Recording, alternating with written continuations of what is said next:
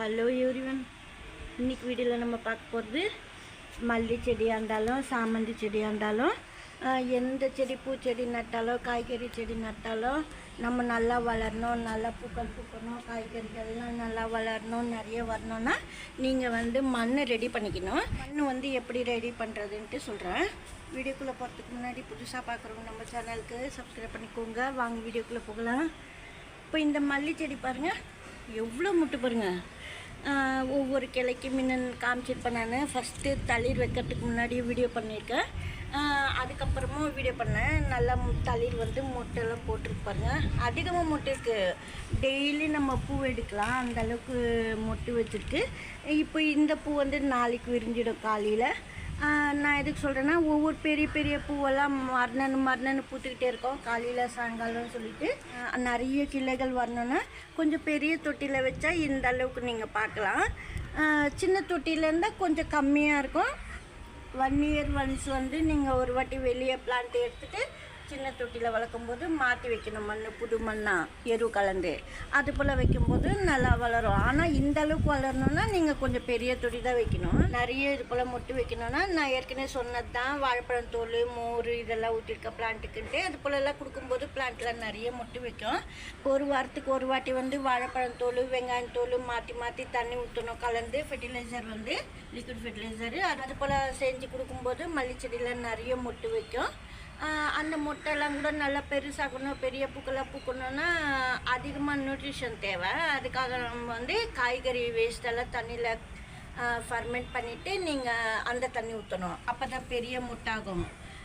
காய்கறி வேஸ்ட்லேயே எல்லா சத்துக்களும் இருக்குது. அதனால நம்ம கம்போஸ்ட் ரெடி பண்ணிவிட்டு அப்பப்போ கூட மாற்றி போட்டுக்கினே வரலாம். 10 days ஒன்ஸு ஒரு பிடி 2 பிடி கூட போடலாம்.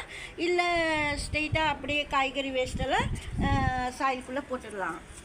பாருங்கள், இந்த சாயில் நான் ஏற்கனவே வெஜிடபிள் கம்போஸ்ட் வெஜிடபிளில் போட்டு மண்ணெல்லாம் மூடி வச்சுருந்து அதாவது எப்படி செய்யணும்னு போன வாட்டி வீடியோ பண்ணியிருப்பேன் நான். சாயில் மிக்ஸ் எப்படி ரெடி பண்ணுறது கம்போஸ்ட்டுன்னு சொல்லிட்டு அதுதான். அதில் நான் கொஞ்சமாக மணல், இது கோகோ பீட் சேர்த்து வச்சுருக்கேன். நல்லா கலந்து வச்சுட்டேன் பாருங்கள். காய்கறி வேஸ்ட்டெல்லாம் வெஜிடபிள் வேஸ்ட் இது போல் சாயிலுக்குள்ளே போட்டுட்டு உரமாக்கிட்டு அதுக்கப்புறமா மண், அதாவது மணல், கொஞ்சமாக தேங்காய் நார், கோகோ பீட் கலந்துட்டு நீங்கள் இது போல் ரெடி பண்ணிடலாம். இப்போ நம்ம செடி எது வேணாலும் நட்டுக்கலாம். பாருங்கள், இந்த சின்ன தொட்டியில் நான் போட்டு காமிக்கிறேன். ஃபஸ்ட்டு நம்ம எப்படி போட்டோன்னு சொல்லிவிட்டு இது பாருங்கள், இது கொஞ்சமாக சாயில் போட்டிருக்கேன். இது போல் காய்கறி வேஸ்ட்டு, வெங்காயம் தோலெல்லாம் போடணும். வெங்காயம் தோல், பச்சை மிளகாலாம் கெட்டு போனது இருந்தால் கூட நீங்கள் இதுக்குள்ளே போட்டுக்கலாம்.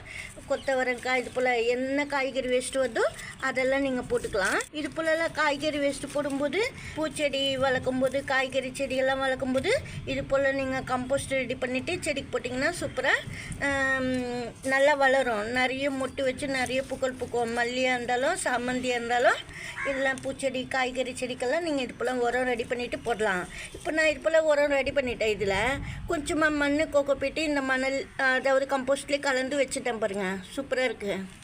இதுலேயும் நான் இப்போ எந்த செடி வேணாலும் நட்டுக்கலாம். அது போல் இது போல் இது அதிகமாக வாழைத்தண்டு, நீங்கள் வாழைத்தண்டு வேஸ்ட்டு கிடச்சிருந்தா கூட இது போல் கம்போஸ்ட்டில் போட்டுக்கலாம். சின்னதாக கட் பண்ணி போடணும். கீழே மண் போட்டு காய்கறி வேஸ்ட்டு போட்டு திருப்பி சாயில் போடணும். அப்போ தான் மக்கி வரும். நல்லா மக்கி செடிக்கு எரு ரெடி ஆகிடும். பாருங்கள், அவ்வளோதான். இது போல் தான் நீங்கள் கவர் பண்ணி வச்சிடணும் சாயில். ஏதாவது காட்டன் துணியோ இல்லை பிளேட் ஏதாவது மேலே கேப் மூடி வைக்கணும். இல்லைன்னா கிளாத்தே நீங்கள் கட்டி விடலாம். வெயில் படாமல் இருக்கணும். அதே சமயத்தில் நல்லது. இப்போ இது போல் கம்போஸ்ட் பண்ணது கூட நீங்கள் கொஞ்சம் போல் இது போல் சேர்த்துக்கலாம். ரொம்ப நல்லது. எரு சீக்கிரமாகணும். இப்போ போட்ட காய்கறி எல்லாம் சீக்கிரமாக மக்கணுன்னாக்கா மோர் ஊற்றலாம். சீக்கிரமாக மக்கும். நம்ம போட்ட காய்கறி வேஸ்ட்டெல்லாம் மக்கி வரணுன்னா மோர் ஊற்றினா சீக்கிரமாக மக்கி வரும். தயிர் கூட நீங்கள் ஊற்றலாம். நம்ம ஒரு வாரத்துக்கு ஒரு வாட்டி கலந்து விடணும். ஒரு 30 days கழிச்சு நீங்கள் சீக்கிரமாகவே கூட ஒரு அரைகுறையாக கூட நீங்கள் மக்கி இருந்தால் கூட கொஞ்சமாக பாதி மக்கி பாதி மக்காமல் இருந்தால் கூட நீங்கள் மண்ணெல்லாம் கலந்து செடி நட்டுலாம். எதுவும் செய்யாது. சின்ன சின்ன செடிங்கள்லாம் அது போல் நட்டுக்கலாம். பெரிய பெரிய செடிக்கெல்லாம் நல்லா மக்கிட்டு அந்த மண் தான் நம்ம அந்த எருவு தான் மண்ணுக்குள்ளே போட்டு நடணும். இல்லை சீக்கிரமாக கம்போஸ்ட் நல்லா ஆகணும் பவுட்ரு ஃபார்ம்லன்னா நீங்கள் வந்து 40 டேஸு கரெக்டாக வச்சுட்டு எடுத்துக்கலாம். 40 நாள் வச்சுருந்தீங்கன்னா கரெக்டாக பவுட்ரு ஆகிடும். இல்லைன்னா சீக்கிரமாக 1 வீக்லேயே பவுட்ரு ஆகணும் எனக்கு அப்படின்னாக்கா நீங்கள் காய்கறி வேஸ்ட்டெல்லாம் வந்து மிக்ஸி கப்பில் பச்சையாகவே அரைச்சிட்டு கொஞ்சமாக மணல் செம்மண் இது போலலாம் நல்லா கலந்துட்டு செடிக்கு எருவாக போட்டுடலாம். ஒன்றும் செய்யாது பச்சையாக போட்டால் கூட. அதாவது எருவு ரெடி பண்ணணும் பதமாக்கணுன்னா நீங்கள் இது போல் வந்து கொஞ்ச நாள் வச்சுருந்து தான் நம்ம செடிகளுக்கெல்லாம் போடணும். இது போலலாம் பூச்செடி காய்கறி செடிங்களுக்கெல்லாம் வந்து நீங்கள் எருவு ரெடி பண்ணிவிட்டு வெஜிடபிள் வேஸ்ட்டால் செடிக்கெல்லாம் போட்டிங்கன்னா சூப்பராக வளரும். நிறைய பூக்கள் பூக்கணும், செடி எந்த பாதிப்பு இல்லாமல் நல்லா வளரணுன்னா நீங்கள் இது போல் வெஜிடபிள் கம்போஸ்ட் ரெடி பண்ணிவிட்டு செடிக்கு போடலாம். இந்த வீடியோவில் தான் பிடிச்சிருந்தா லைக் பண்ணுங்கள். நன்றி, தேங்க்யூ.